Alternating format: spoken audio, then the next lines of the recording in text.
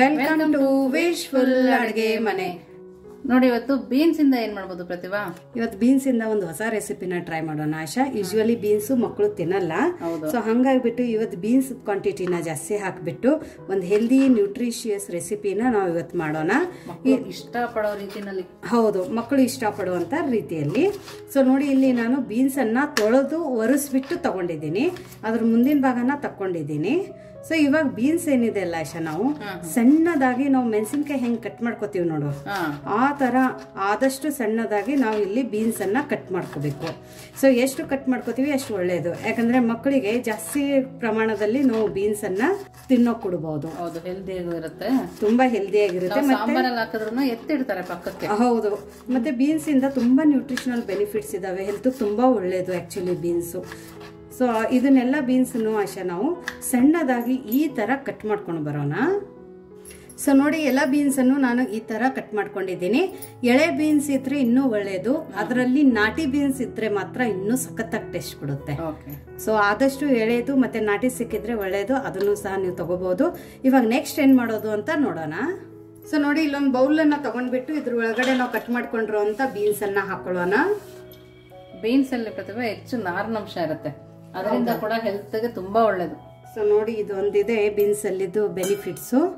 So ಇವಾಗ beans ಹಾಕೊಂಡ ನಂತರ ಆಶಾ ಇದ್ರ ಒಳಗಡೆ ನಾನು ಇಲ್ಲಿ ಹಸಿ ಬಟಾಣಿನ ತಗೊಂಡಿದ್ದೀನಿ, ಫ್ರೆಶ್ ಬಟಾಣಿ. ಅಕಸ್ಮಾತ್ ನಿಮ್ಮ ಹತ್ರ ಇಲ್ಲ ಅಂದ್ರೆ ಸ್ಕಿಪ್ ಮಾಡ್ಕೊಳ್ಳಿ, ಅಥವಾ ಕುದಿಸ್ಬಿಟ್ಟು ಹಾಕೋಬಹುದು. ಅದ್ರ ಜೊತೆ ಇಲ್ಲಿ ನಾನು ತುರಿದಿರೋದು ಆಲೂಗಡ್ಡೆನ ತಗೊಂಡಿದ್ದೀನಿ, ಬಾಯ್ಲ್ಡ್ ಪೊಟ್ಯಾಟೊ ಬೇಯಿಸಿ ತುರಿದಿರೋದು. ಹೌದು, ಅದ್ರ ಜೊತೆ ಇಲ್ಲಿ ಒಂದ್ ಸ್ವಲ್ಪ ಕ್ಯಾರೆಟ್ ಅನ್ನ ತುರಿದು ತಗೊಂಡಿರೋದು, ಕ್ಯಾರೆಟ್ ಅನ್ನು ಸಹ ತುರಿದ್ಬಿಟ್ಟು ತಗೊಂಡಿರೋದು, ಕ್ಯಾಬೇಜ್, ಎಲೆಕೋಸು, ಹೌದು, ಅದನ್ನು ಸಹ ಸಣ್ಣದಾಗಿ ಕಟ್ ಮಾಡಿ ತಗೊಂಡಿರೋದು. ಅದ್ರ ಜೊತೆ ಇಲ್ಲಿ ನಾನು ಆನಿಯನ್ ಸಹ ಸಣ್ಣದಾಗಿ ಕಟ್ ಮಾಡ್ಕೊಂಡು ತಗೊಂಡಿರೋದು. ನಿಮಗೆ ಇದನ್ನ ಬಿಟ್ಟು ಬೇರೆ ಯಾವ್ದಾದ್ರೆ ತರಕಾರಿ ಬೇಕಂದ್ರೂ ನೀವು ಇದರಲ್ಲಿ ಸಣ್ಣದಾಗಿ ಕಟ್ ಮಾಡಿ ಅಥವಾ ಹೆಚ್ಚಿಬಿಟ್ಟು ಹಾಕೋಬಹುದು. ಸ್ಪ್ರಿಂಗ್ ಆನಿಯನ್ ಇದ್ರೆ ಕೂಡ ತುಂಬಾ ಚೆನ್ನಾಗಿರುತ್ತೆ ಅನ್ಸುತ್ತೆ. ಹೌದು. ಸೊ ಇವಾಗ ಇದಕ್ಕೆ ಒಂದ್ ಸ್ವಲ್ಪ ಕಸೂರಿ ಮೆಥಿನ ಹಾಕೋತಾ ಇದ್ದೀನಿ. ನೀವು ಬೇಕಂದ್ರೆ ಕೊತ್ತಂಬರಿ ಸೊಪ್ಪನ್ನು ಸಹ ಕಟ್ ಮಾಡಿ ಹಾಕೋಬಹುದು. ಸೊ ಮಸಾಲೆಯಲ್ಲಿ ಆಶಾ ಇವಾಗ ನಾನಿಲ್ಲಿ ಓಂ ಕಾಳನ್ನ ತಗೊಂಡಿದ್ದೀನಿ, ಒಂದ್ ಅರ್ಧ ಸ್ಪೂನ್ ಅಷ್ಟು ಓಂ ಕಾಳು, 1 ಸ್ಪೂನ್ ಅಷ್ಟು ಆರ್ಗ್ಯಾನೋನ ತಗೊಂಡಿದ್ದೀನಿ. ಪಿಜ್ಜಾ ಹರ್ಬ್ಸ್, ನೀವು ಪಿಜ್ಜಾ ಎಲ್ಲ ತಿನ್ಬೇಕಾದ್ರೆ ಯೂಸ್ ಮಾಡ್ತೀರಲ್ಲ, ಹೌದು. ಸೊ ಅದನ್ನು ಸಹ 1 ಸ್ಪೂನ್ ಅಷ್ಟು ಹಾಕೊಂಡಿದ್ದೀನಿ. ಒಂದ್ ಅರ್ಧ ಸ್ಪೂನ್ ಅಷ್ಟು ಇಲ್ಲಿ ನಾನು ಗರಂ ಮಸಾಲಾನ ತಗೊಂಡಿದ್ದೀನಿ. ಸೊ ಒಂದ್ ಅರ್ಧ ಸ್ಪೂನ್ ಅಷ್ಟು ಧನಿಯಾ ಪೌಡರ್ ಅನ್ನ ಹಾಕೊಂಡಿರೋದು. ಇದೆಲ್ಲಾನು ಹಾಕೊಂಡು ನಾವು ಒಂದ್ಸರ್ತಿ ಮಿಕ್ಸ್ ಮಾಡ್ಕೊಳ್ಳೋಣ ಆಶಾ. ಸೊ ನೋಡಿ, ಇದು ಚೆನ್ನಾಗಿ ನಾವು ಮಿಕ್ಸ್ ಮಾಡ್ಕೋಬೇಕು. ಇದನ್ನ ಮಿಕ್ಸ್ ಮಾಡ್ಕೊಂಡು ಇವಾಗಲೇ ನಾವು ಉಪ್ಪು ಹಾಕೋದೇನು ಬೇಡ, ಉಪ್ಪು ಹಾಕೊಂಡಿದ್ರೆ ನೀರು ಬಿಡುತ್ತೆ ನಮಗೆ. ಈ ರೆಸಿಪಿಗೆ ಈ ತರಕಾರಿ ಎಲ್ಲಾನು ನೀಟಾಗಿ ಬರೀ ಇದು ಒಣ ಮಸಾಲೆ ಏನಿರುತ್ತಲ್ಲ ಇದು ಹತ್ಕೊಂಡ್ರೆ ಸಾಕು. ಉಪ್ಪು ಮಾತ್ರ ನಾವು ಮಾಡಬೇಕಾದ್ರೆ ಹಾಕೋಬೇಕು. ಉಪ್ಪಿನ ಜೊತೆ ಇನ್ನೊಂದೆರಡು ಇಂಗ್ರೀಡಿಯೆಂಟ್ಸ್ ಇದಾವೆ, ಅದನ್ನು ಸಹ ನಾವು ಅವಾಗಲೇ ಹಾಕೋಬೇಕು. ಸೊ ಇವಾಗ ಇದು ಸದ್ಯಕ್ಕೆ ಪಕ್ಕಕ್ಕಿಟ್ಟು ನೆಕ್ಸ್ಟ್ ಏನ್ ಮಾಡೋದು ಅಂತ ನೋಡೋಣ. ಸೊ ನೋಡಿ, ಇಲ್ಲಿ ಒಂದು ಪ್ಯಾನ್ ಅನ್ನ ಬಿಸಿ ಮಾಡೋಕೆ ಇಟ್ಕೊಂಡಿರೋದು. ಈ ಪ್ಯಾನ್ ಒಳಗಡೆ ನಾವು 2 ಕಪ್ದಷ್ಟು ನೀರನ್ನ ಹಾಕೊಳ್ಳೋಣ. ಫ್ಲೇಮ್ ಮಾತ್ರ ನಾನು ಹೈ ಫ್ಲೇಮಲ್ಲಿನೇ ಇಟ್ಕೊಂಡಿದ್ದೀನಿ. ಈ ನಾವು ಮಾಡುವಂತ ಎಲ್ಲ ಪ್ರೊಸೆಸ್ಸು ಹೈ ಫ್ಲೇಮಲ್ಲಿನೇ ಮಾಡ್ಕೋಬೇಕು ಆಶಾ. ಇವಾಗ ಇದಕ್ಕೆ ರುಚಿಗೆ ಉಪ್ಪನ್ನ ಹಾಕೊಳ್ಳೋಣ. ಉಪ್ಪನ್ನ ನೋಡ್ಬಿಟ್ಟು ಹಾಕೊಳ್ಳಿ, ಯಾಕಂದ್ರೆ ನಾವು ಇದಕ್ಕೆ ಸ್ಟಫಿಂಗ್ ಬೇರೆ ಉಪ್ಪು ಹಾಕೋಬೇಕು. ಸೊ ಇದನ್ನ ಚೆನ್ನಾಗಿ ಕುದಿ ಬರಬೇಕು. ಸೊ ನೋಡಿ, ಇವಾಗ ನೀರು ಕುದಿತಾ ಇದೆ. ಇವಾಗ ಇದ್ರ ಒಳಗಡೆ ಒಂದು ಅರ್ಧ ಸ್ಪೂನ್ ಅಷ್ಟು ತುಪ್ಪನ ಹಾಕೊಳ್ಳೋಣ. ತುಪ್ಪ ತಿನ್ನಲ್ಲ ಅನ್ನೋರು ಇದ್ರ ಒಳಗಡೆ ಬೆಣ್ಣೆ ಅಥವಾ ಎಣ್ಣೆನೂ ಸಹ ಹಾಕೋಬಹುದು. ಇದು ಹಾಕೊಳ್ಳೋದ್ರಿಂದ ನಾವು ಮಾಡುವಂತ ರೆಸಿಪಿಗೆ ತುಂಬಾ ಒಳ್ಳೆ ಟೆಕ್ಸ್ಚರ್ ಬರುತ್ತೆ. ಸೊ ಇವಾಗ ಇದಕ್ಕೆ 1 ಕಪ್ದಷ್ಟು ನಾವು ಚಿರೋಟಿ ರವೆನ ಹಾಕೊಳ್ಳೋಣ ಆಶಾ. ಸೊ ನೋಡಿ, ಚಿರೋಟಿ ರವೆನೇ ಹಾಕೊಳ್ಳಿ. ಚಿರೋಟಿ ರವೆ ಇಲ್ಲ, ಉಪ್ಪಿಟ್ಟಿನ ದಪ್ಪ ರವೆ ಇದೆ ಅಂದ್ರೆ ಅದು ಒಂದ್ ಸ್ವಲ್ಪ ನೀವು ಮಿಕ್ಸರ್ಗೆ ಹಾಕೊಂಡು ಹಾಕೋಬಹುದು. ಇದಕ್ಕೆ 1 ಸ್ಪೂನ್ ಅಷ್ಟು ಕಾರ್ನ್ ಫ್ಲೋರ್ ಅನ್ನ ಹಾಕೊಳ್ಳೋಣ.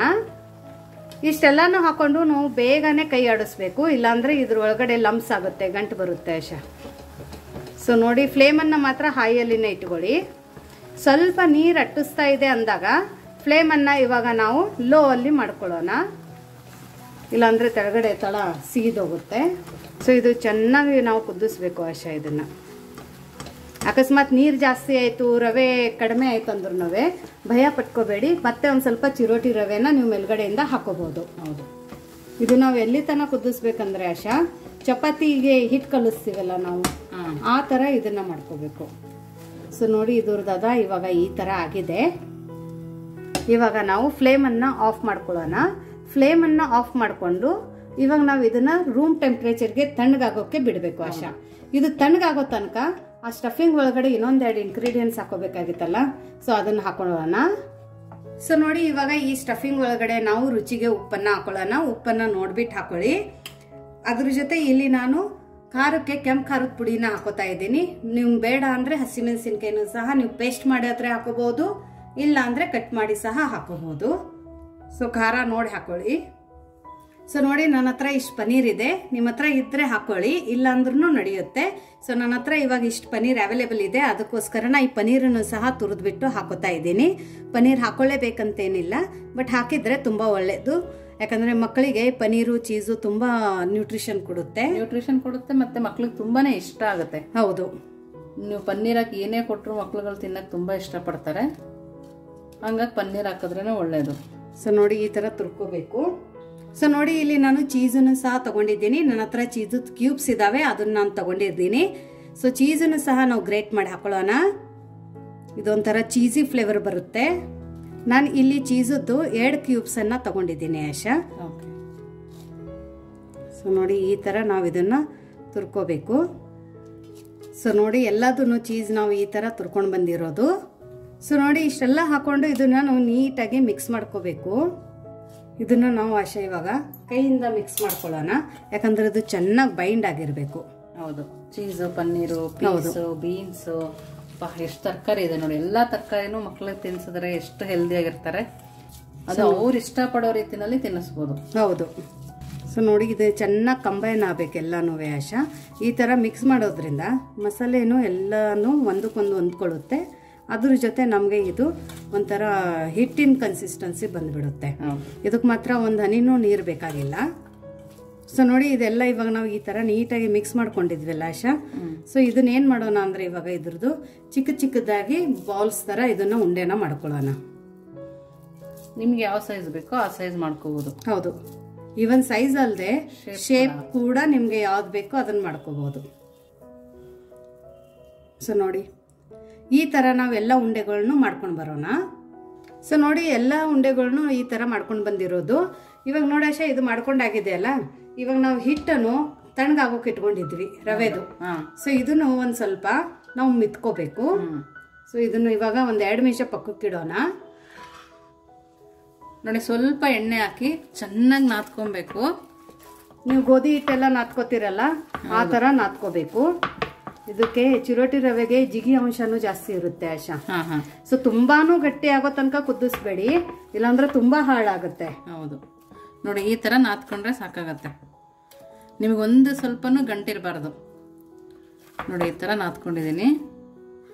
ಇವಾಗ ಸಣ್ಣದಾಗಿ ಉಂಡೆಗಳನ್ನಾಗಿ ತಗೊಬೇಕು. ನೋಡಿ, ಈ ತರ. ಸೊ ಇದ್ರದ್ದು ನಾವು ಈ ತರ ಉಂಡೆಗಳನ್ನ ಮಾಡ್ಕೊಂಡು ಬರೋಣ ಆಶಾ. ಸೊ ನೋಡಿ, ಇಲ್ಲಿ ನಾವು 2 ಉಂಡೆಗಳನ್ನ ಮಾಡ್ಕೊಂಡಿದೀವಿ. ಒಂದ್ ಮಸಾಲೆದು, ಒಂದ್ ರವೆದು ಆಶಾ. ಇಲ್ಲಿ ನಾನು ಎಣ್ಣೆನೂ ತಗೊಂಡಿದ್ದೀನಿ. ಸ್ವಲ್ಪ ಕೈಗೆ ಎಣ್ಣೆನ ಒರೆಸ್ಕೊಂಡು ಈ ತರ ಇದನ್ನ ಕೈ ಒಳಗಡೆನೆ ನಾವು ಅಗಲ ಮಾಡ್ಕೋಬೇಕು. ಇದಕ್ಕೇನು ಲಟ್ಸೋದೇನು ಬೇಕಾಗಿಲ್ಲ. ನೋಡಿ, ಒಬ್ಬಟ್ಟಿಗೆ ಉಂಡೆ ಮಾಡ್ಕೊಳಕ್ ಮಾಡ್ತೀವಲ್ಲ, ಆ ತರ ಮಾಡ್ಕೊಂಡ್ರೆ ಸಾಕಾಗತ್ತೆ. ಇವಾಗ ಈ ತರ ಆದಾಗ ಇದನ್ನ ನಾವು ಕ್ಲೋಸ್ ಮಾಡ್ಕೋಬೇಕು. ಈ ತರ ಇದು ಮೇಲ್ಗಡೆದೇನು ಲೇಯರ್ ಇದೆಲ್ಲ ಆಶಾ, ವೈಟ್ ಕಲರ್ದು, ಅದು ತುಂಬಾ ಗಟ್ಟಿನೂ ಇರಬಾರ್ದು. ತುಂಬಾ ಗಟ್ಟಿ ಇದ್ರು ಬರಲ್ಲ. ಹೌದು, ಇಲ್ಲಾಂದ್ರೆ ಎಳ್ಕೊಳಕ್ಕೂ ಬರಲ್ಲ. ಇದು ನೋಡಿ ಎಷ್ಟು ಚೆನ್ನಾಗಿ ಹೂರ್ಣನ ಎಳ್ಕೊತಾ ಇದೆ ನೋಡು. ನೋಡಿ, ಈ ತರ ಕ್ಲೋಸ್ ಆಗ್ಬೇಕು.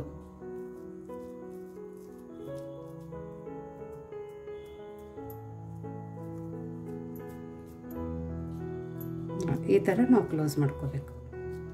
ಇದು ಸ್ವಲ್ಪನೇ ಪ್ರೆಸ್ ಮಾಡಬೇಕು, ಜಾಸ್ತಿ ಮಾಡಬಾರ್ದು. ಸೊ ನೋಡಿ, ಇದ್ರ ಮೇಲ್ಗಡೆ ಲೇಯರ್ ಇಲ್ಲಿ ಕಾಣ್ತಾ ಇದೆ ನೋಡಿ, ಒಳಗಡೆದ ಇಂಗ್ರೀಡಿಯೆಂಟ್ಸ್ ಎಲ್ಲ ಕಾಣ್ತಾ ಇದಾವಲ್ಲ ಆಶಾ. ಸೊ ಈ ತರ ನಮ್ಗೆ ಲೇಯರ್ ಸಹ ಸ್ವಲ್ಪ ಥಿನ್ನಾಗಿನೇ ಇರಬೇಕು, ಥಿಕ್ಕಾಗಿರಬಾರ್ದು. ಇಲ್ಲ ಅಂದ್ರೆ ಏನಾಗುತ್ತೆ ಅಂದ್ರೆ ಒಳಗಡೆ ಸ್ಟಫಿಂಗು ಚೆನ್ನಾಗಿ ಟೇಸ್ಟ್ ಕೊಡ್ತಾ ಇರುತ್ತೆ, ಬಟ್ ಮೇಲ್ಗಡೆ ಲೇಯರ್ ಹಿಟ್ಟು ತರ ಬರುತ್ತೆ, ರವೆ ತರ ಅನ್ಸುತ್ತೆ. ಹೌದು. ಸೊ ಇವಾಗ ನಾವು ಇದೇ ತರ ಎಲ್ಲದನ್ನು ಮಾಡ್ಕೊಂಡು ಬರ್ಬೇಕು. ಸೊ ನೋಡಿ, ಎಲ್ಲದನ್ನು ಈ ತರ ಮಾಡ್ಕೊಂಡು ಬಂದಿರೋದು ಎಷ್ಟು ಚೆನ್ನಾಗಿ ಕಾಣ್ತಾ ಇದೆ ನೋಡಿ. ಸೊ ಇವಾಗ ನೆಕ್ಸ್ಟ್ ಇದರಿಂದ ಏನ್ ಮಾಡೋದು ಅಂತ ನೋಡೋಣ. ಸೊ ನೋಡಿ, ಇಲ್ಲಿ ನಾನು ಒಂದು ತವಾನ ಕಾಯೋಕೆ ಇಟ್ಕೊಂಡಿರೋದು. ಫ್ಲೇಮ್ ಅನ್ನ ಮಾತ್ರ ಮೀಡಿಯಂ ಫ್ಲೇಮ್ ಅಲ್ಲಿ ಇಟ್ಕೊಂಡಿರೋದು. ಇದ್ರ ಮೇಲ್ಗಡೆ ಆಶಾ ನಾವು 1 ಸ್ಪೂನ್ ಅಷ್ಟು ಎಣ್ಣೆನ ಹಾಕೊಳ್ಳೋಣ.